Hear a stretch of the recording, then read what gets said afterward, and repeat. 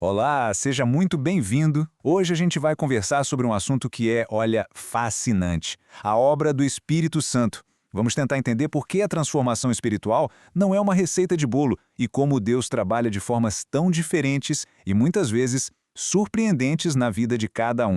Sabe, quando a gente pensa em conversão, é muito comum vir à mente uma espécie de roteiro, né? Um passo a passo que todo mundo deveria seguir. Mas será que é assim mesmo?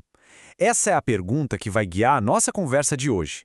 A imagem que a gente costuma ter é quase de cinema, não é verdade? Aquele momento de crise profunda, um choro que lava a alma e, de repente, uma mudança de vida radical, instantânea. Mas será que a obra de Deus se resume a esse roteiro tão dramático? Para a gente conseguir responder isso, precisamos ir direto ao ponto central, ao princípio que rege a ação do Espírito. E ele está perfeitamente resumido nesta frase: o vento sopra onde quer. Olha, a metáfora que Jesus usa aqui é de uma força incrível. O vento, ele é livre, ele é imprevisível, ele é soberano. A gente não consegue controlar o vento, não dá para colocar numa caixinha. E ao comparar o Espírito com o vento, Jesus está mostrando exatamente isso. A ação dele também é livre, não se prende às nossas fórmulas ou às nossas expectativas. E aqui está o ponto-chave: a soberania divina. Isso não é só um termo técnico da teologia, não. É uma verdade que liberta. Significa que Deus não está amarrado aos nossos esquemas, às nossas ideias de como uma conversão deveria acontecer. A ação dele é livre, é perfeita e revela uma sabedoria que vai muito, mas muito além dos nossos roteiros. E o mais legal é que a gente vê isso na prática, de forma muito clara, nas histórias da Bíblia. Vamos dar uma olhada em alguns exemplos que mostram essa riqueza, essa diversidade com que a graça de Deus se manifesta na vida das pessoas. Vamos pegar duas conversões que aconteceram na mesmíssima cidade, em Filipos. De um lado, a gente tem a Lídia. A Bíblia diz que o Senhor, de maneira suave, lhe abriu o coração enquanto ela ouvia a pregação. Do outro lado, o carcereiro.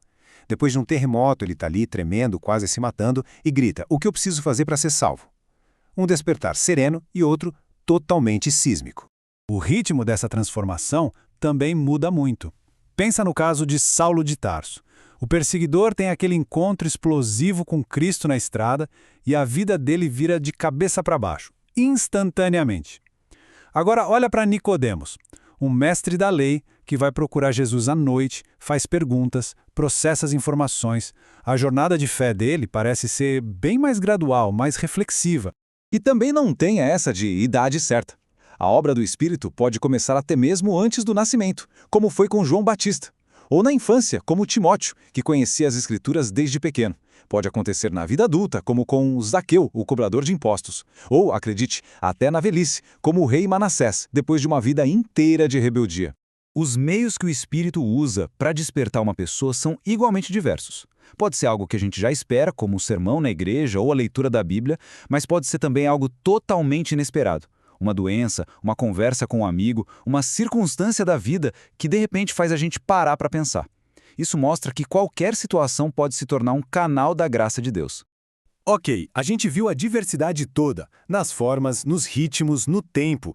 Isso, claro, levanta uma pergunta muito importante. Se tudo é tão diferente, o que é que une todas essas experiências? No meio de tanta variedade, o que é que realmente importa no final das contas? Pois é, essa é a grande questão, né?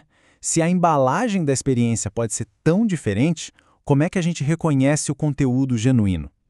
A resposta, a gente vai ver, não está na experiência externa em si, mas na realidade que ela produz por dentro. O teólogo Jonathan Edwards, que observou de perto os grandes avivamentos da sua época, já alertava para isso.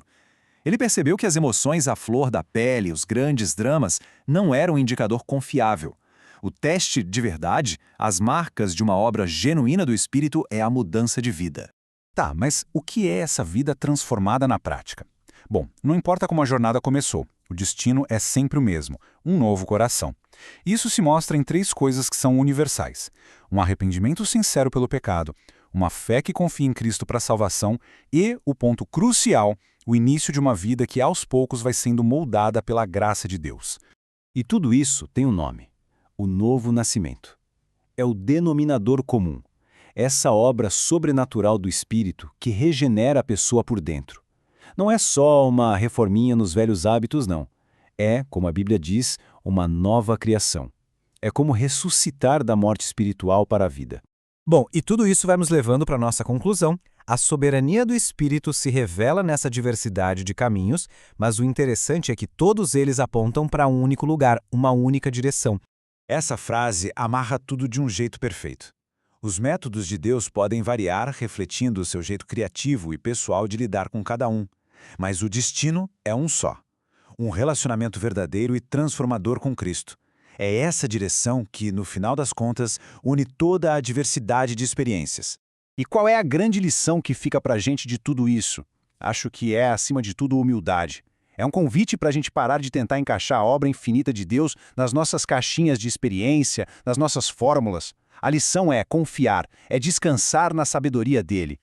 E para a gente fechar, fica aqui uma provocação para a gente pensar. E se, em vez de ficarmos comparando e medindo o quão dramática foi uma experiência, a gente começasse a celebrar os frutos de uma vida que está sendo transformada? Talvez o foco devesse ser menos no como a jornada começou e muito mais na beleza de para onde ela está nos levando.